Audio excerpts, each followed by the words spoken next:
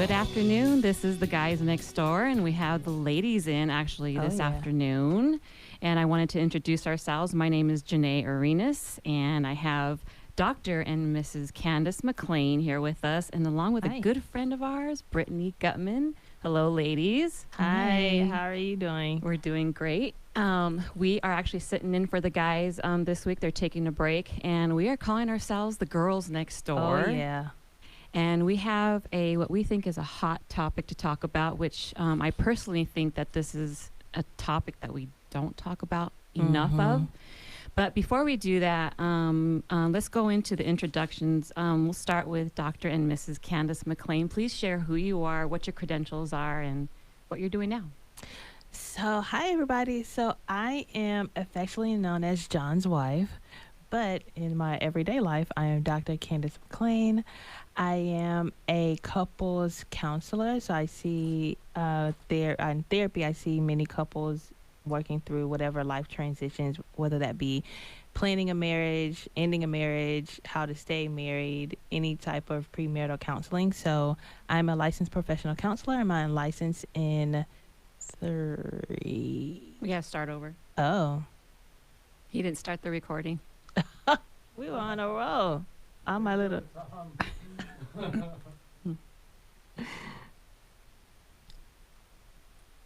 We were in the groove. We were. Okay.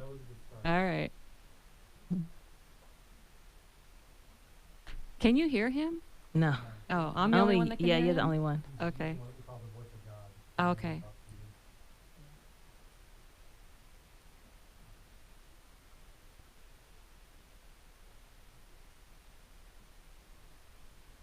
The following is paid for by Veteran Rescue Mission. The host is solely responsible for its content. Opinions expressed are those of the host and guests and not necessarily those of Bustos Media or its sponsors. Now, it's time for the Guys Next Door. Brought to you by Picture Rocks Cooling, Heating, and Plumbing. With Ron Arenas and Pastor John McLean. Good afternoon, everybody. This is the Guys Next Door, and actually we're doing a little bit something different today. This is the Girls Next Door, and we're filling in for the guys who are taking a break. My name is Janae Arenas, and I have a Dr. and Mrs. Candace McLean sitting here with me. Hi. As well as Brittany Gutman. Thank you for having me. Yeah, welcome, ladies. So before we go into our topic here, I'd like to introduce each one of us. We're going to start with Dr. and Mrs. Candace McLean. If you could just tell us who you are, what you do, what keeps you busy. What keeps me busy? Well, that's a loaded question. So first and foremost, most people know me as John's wife. When you guys see us out in public, they're like, oh, I know you. You're John's wife. And I say, that's me. But in the other world that I live in, most people call me Dr. Candace McLean. I am a licensed professional counselor in Tennessee, Arizona, and Georgia. And I have a private practice called True Counseling, which you may have heard John talk about from time to time, where I work with all couples who are in some level of a romantic relationship. So that could be premarital counseling, wanting to get married, wanting to stay married, how to navigate parenting, how to navigate a divorce, and everything in between. But recently, I just been hanging out with my little tiny 1.5-year-old, whose name is Mary. Oh, she's so cute, too. If you She haven't is met so Mary cute. yet, she's adorable. Yeah. And she'll steal the show, once she walks in the door. For sure. And we have a good friend here, Brittany Gutman. Brittany, tell us a little bit about yourself. Well, thank you so much for having me. My name is Brittany, and I'm a local business owner and avid supporter of women, and I appreciate being invited here. Thank you so much. Thank you for being with us. Yes, of Yeah, course. Brittany is, she works with Allstate. Actually, she owns an Allstate agency in Oro Valley, correct? Yes, ma'am. All right. So you can tell, she's just as busy as the three of us that are sitting here at this table. My name is Janae Arenas, and most of you know me as Mrs. Ron Arenas, like what you're talking about. Yeah. And I am the business manager for Picture Rocks Cooling, Heating, and Plumbing. I'm the person that works behind the scenes and gets things paid, gets our guys paid, and, all that good stuff. Along with not just, being that, but I'm also, a wife and mom, and I volunteer for the Pima County Small Business Commission as well.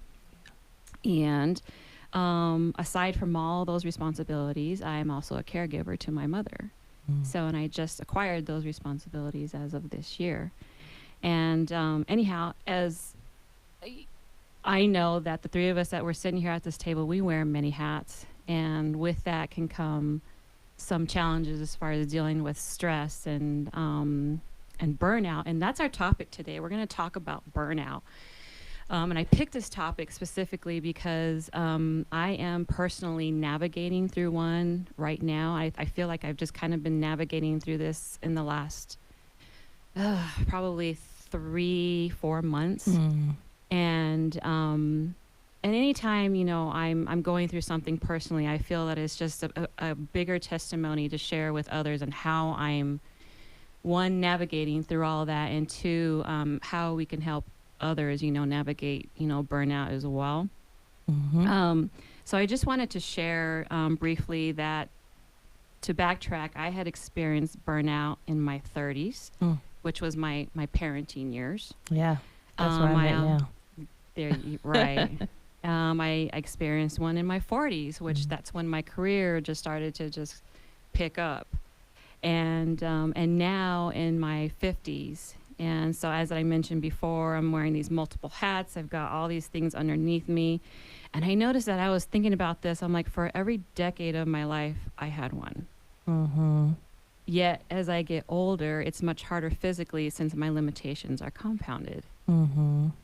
So, and in this room, we have somebody, and it's ironic that I saw this, that I noticed that, is that in this room, we have somebody in their 30s, 40s, and 50s, correct? Correct me if I'm wrong. Yes, Yeah, I'm in my yeah, 30s. So Candace is in her 30s, and Brittany's in her I'm 40s. actually not. Really?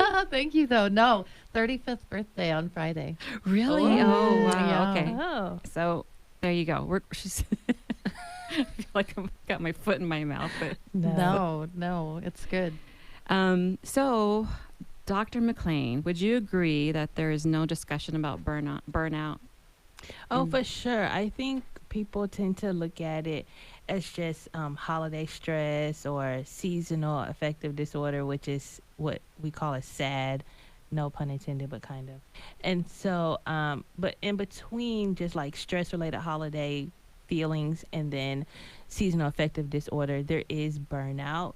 There's kind of like just a feeling of exhaustion, or just not knowing where to go, how to make a solid decision, because you have so many things going on or being thrown at you at one time. You're just not fully sure like what or how to make the most efficient decision that can be the most effective decision for your life. So yeah, burnout is definitely not talked about enough, but I think as women in our generation, we're starting to talk about it more, because we're recognizing like we can't do it all. We don't have to do it all. Our family and friends, our village can help support us because we support them. So sometimes we need that level of reciprocity. Right. Oh, that's all good stuff. Yeah. I think it's hard to identify, though. I think it's what I call a sneaky snake. For sure. Because, you know, I've shared that I'm going through one right now. It snuck up on me, and it feels like when it sneaks up on you, it bites you, and that bite can be detrimental to your health. And as a result, that's kind of how I felt, how it hit me. And I didn't realize I was going through one, and then I was feeling the physical stress, and that. I didn't go to the doctor until all the check engine lights started to turn on, and I went and I got checked out, and everything turned out normal, thank goodness. Yeah.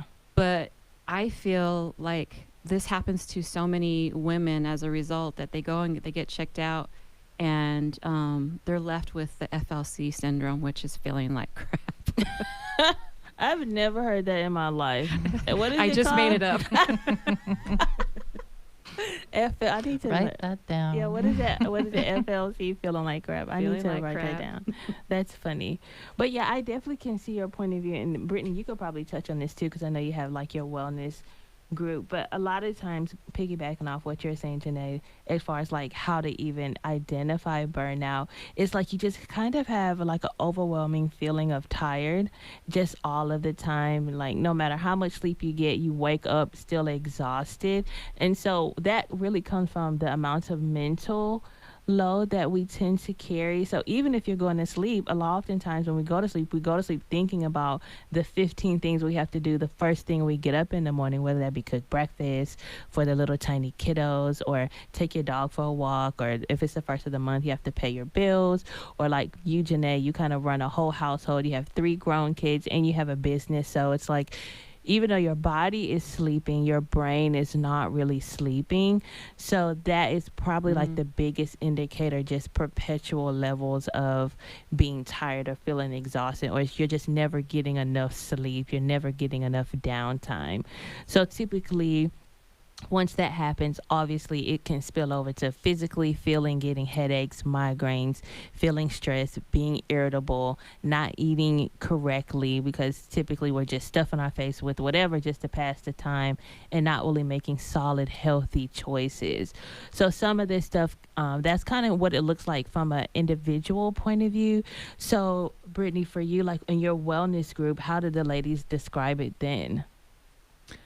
Well, as far as the Women's Empowerment Luncheon, that was more of an opportunity for women to gather and to be supported. But as far as, the speakers that we had that talked about, ways and their kind of rise from the ashes stories, a lot of times I think as women, and we can, retouch on this, but I think for me, chaos tends to be my comfort zone, and you don't realize that you're burnt out until you're maxed out. Oh, yeah. Yeah. So I think that what the Well Luncheon did was provide an opportunity for women to share their stories, but also, like Janae is offering here, to be authentic and genuine and know that you're not alone.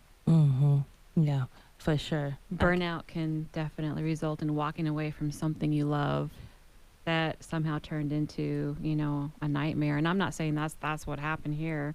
But that can be the case, for some people, and it's no longer when you're in that burnout stage, I feel like it's just no longer serving your passion and desire to serve, to give yourself. It actually can create some cynicism as a result. Would you say that you agree with that? For sure. And that's part of it too. Some of the things that you recognize is like you don't find joy and pleasure in the things that you used to find joy and pleasure in. So it's like I remember loving to do the wellness group or the therapy or going for a walk, and now I don't feel that. Thinking about it tends to make me not want to do it. We are going to come back in this part 2 of the segment, and we're just going to dive in deeper, into this, and I'm going to ask you a little bit more questions when we get back. Perfect. Thank you. I'm looking forward to the second half of our interview here. All right. Welcome back, everybody. My name is Janae Arenas, and sitting here with me is Dr. and Mrs. Candace McLean and Brittany Gutman. This is the girls next door. And today we are filling in for the guys next door. They're taking a break. And we are talking about a topic that we feel isn't talked about enough, and that is burnout. Yeah. And we kind of briefly went over how we've all kind of experienced that in some way, shape, or form throughout our lives. And I wanted to touch base with Brittany here real quick. Brittany, initially you were brought on the radio show to talk about how you were offering something you loved doing for the community and have recently decided to walk away from. So my questions for you are, what were you experiencing? What were the thoughts going on in your mind as you were coming to that point?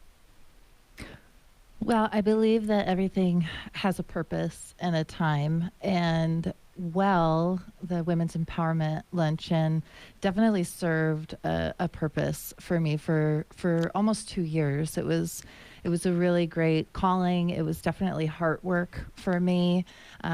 Sometimes some philanthropic work came from it. I also got to start a foundation for women to speak publicly, which turned out really awesome. in walking away from Well, it was still a decision that I don't think I'm 100% concrete on yet. However, letting go of it feels good. And I think that is one of the tell-all signs, is when it's, you know, when it has served its time, and you know when I would like to, I don't want to abandon it, but I do know that my time is more valuable in an area that serves me better for now. You know, definitely filled a void for a lot of women, and it definitely filled a void for me. But I do think that as a business owner, things are seasonal. You know, sometimes I'm seasonally hiring, or sometimes I'm seasonally dealing with clients, and sometimes I have an opportunity to do philanthropic work. And in this particular place in my life, I've just found that it's hard to please everyone. Absolutely. And Yeah. I definitely need to pour into my business and into myself. I can relate to that in some way, shape, or form, because in my 40s, I was volunteering, you know, in ministry, and I had been one of the coordinators, you know, for a women's ministry for one of the local churches here in town. And I did that for years, and it came to a point where, like you know, I felt it was time to possibly step away from it. But for me, and I don't know if you can relate to what I was going through, but I really did feel guilty for getting to that point, and scared and kind of shameful in of a sense. But the guilt just it wouldn't go away. And then after that, I dealt with grief for like 3 months. Because I was letting go of this baby that I was supporting for all these years, and I poured my heart and soul into. But like you know, there's a season for everything, and that's what happened. You know, in that time was I had to come to a point that, you know, to let go of that season, so that way I could focus on my business as well, and help, you know, on the back end as far as helping Ron, you know, run the business. But still, just letting go, it's not easy. And I kind of want to talk to you about that, Dr. McLean, because would you say that when there's seasons like that, it is common, you know, for people to feel the grief, you know, as far as the letting go part? That's the hardest part, and letting go of certain things. Yeah. First, I have to say, having someone call me Dr. McLean It's for regularly real. is wild. Mostly people just call me Candace or mom or something, sister, daughter, you know. So I was like, Dr. McLean, who's she talking to? I was like, oh, that's me. Oh, okay, here we go. And I'm like, So back to the topic, right? So yes, I do agree. And that's kind of what we talked about on our last segment of that's how you can identify some levels of burnout, is that you are not finding pleasure in the things that you once know for a fact you enjoyed. And so how to navigate that, it is levels of guilt, because a lot of times we have passion projects for a reason. So when that passion runs out, we're like, oh no, because people have come to rely on us from an emotional point of view, or just a physical point of view, if we're like physically going to like Brittany's wellness group, or just emotionally being present, because oftentimes when we are entering spaces like that, we have to actively become emotionally present, and that's the only time in the day that we can become emotionally present for ourselves. So when we have a passion project that we have to give up, we do experience guilt of like, who's going to take care of all these people? You know, I have to let this go for my own sanity. And then it's like, well, who's going to be responsible for passing these women or these children or these men off to the next person that they're going to need in their journey? But at the same time, hopefully if the programs are run well enough, these people can also understand like, hey, there's a reason, a season for everything. In our season that's passed, it's time for you to flourish and go either start your own group, or, you know, go be a part of another group, or get a mentorship, or help other people from that point of view. So ways to kind of help you navigate through that, it's just like setting a schedule, Structure is my favorite word. Structure helps the world flourish, even though people don't want to I love acknowledge that. that. We have a schedule for a reason. Take a break. Sometimes we're like, oh, I have tunnel vision and we just want to get it all out. Well, even when you get it out, you can still take a 5-minute break and come back, because you have a different style of clarity when you're coming back to looking at whatever it is that you're working on. Learn delegation. Oftentimes, especially as women, as mothers, as wives, daughters, sisters, we tend to think, oh, I'm the oldest woman in the family. I'm the oldest daughter, so I have to take on everybody's burdens. Whereas, like, you have people who are 35, 40, 27, 18. They know how to wash dishes. They know how to do Right. stuff. So you better delegate that stuff to them and sit back and boss them around, because we all love that.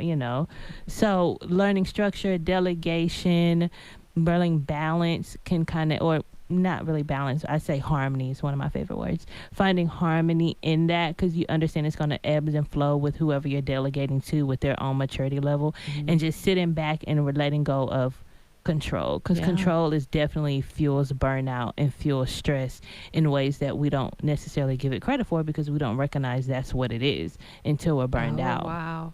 Learn to be Wow. okay with peace. For I think sure. is a good note too. I know you Mhm. said it with harmony. Yeah. You did. Mm-hmm. Yeah, because Nice. balance is just not a real thing. Balance is like two things stagnant on a scale, which is just not life. Nothing is stagnant. Something is always moving, flowing. So we work so hard to find balance, and we get stressed out trying to find balance. It's like, that doesn't even make logical sense. We have to find harmony, understand that things are going to flow as they go. Oh, that is so good, because I'm going through that right now. I'm getting stressed out trying to find balance, but you said the right word. It's not balance, it's harmony. It's harmony, yeah. Oh, that's so good. Yeah. So would you say that there's certain personality traits that tend to have this tendency, to fall in this quote unquote trap? Yeah, I think like people who are just more inclined to be anxious, people who are people pleasers tend to fall into this, just because from anxiety in general is rooted in some levels of fear. And so sometimes when you operate out of fear, try to control your level of fear. And so when you burn out because you're trying to control everything going on around you, instead of just allowing things to happen in the way that they're supposed to happen. And then you get stressed out because you're like, oh no, I have to let this go. Who's going to take over? Well, that's not your concern. Once you recognize that you're not doing it anymore, let those people fly out the nest into their own cage, and Oh my you can gosh. just live. I feel like she's talking like about me. Like this is just for me. That's for everybody, because we all have dealt with it in some shape, form, or fashion, like in our lives. So definitely people who are a little bit more anxious, those who are people pleasers, because you're like, oh no, I don't want to let anybody down. Can I add to the list? Perfectionists and Yeah, overachievers. perfectionists for sure. Yeah, I'm pointing to myself over here. I'm a perfectionist. They tend to struggle with that as well. And perfectionism, can definitely be rooted in some level of control or fear, or what's going to happen if I don't do it, because somehow we have this internal belief that either we're the only ones that can do it right, or no one else will do it if we don't do it, which is just not true. All right. So being that we're kind of running out of time at this point, but so can you briefly talk to us about the nurturing part of it, and how do we nurture ourselves as women to get ourselves through this? Because I'm going to tell you, I'm sleeping all the time. Yeah, just recognizing that it's okay not to have all the answers, and it's okay to have support, and asking for help. That's the biggest thing to help with the burnout, is asking those around you who they have entrusted in your life. Now you trust them with your life, and ask for help. Oh, beautiful. Well, that concludes our show, our segment today. I feel like we just need to come back and talk about this some more. Oh, for sure. I do want to go ahead and talk about thanking our sponsors, Tucson Tamale, Tucson Pack and Ship, Crest Insurance, Steamy Concepts, Piper Family Painting, Picture Rocks, Cooling, Heating, and Plumbing. And if you like this, like and subscribe to YouTube, and go on to Instagram and Facebook. You can find us all there. Thank you for joining us. Thanks for having us. Thanks for having us. Remember, we're the girls next door, The not girls the guys. next door. Yeah. That was fun.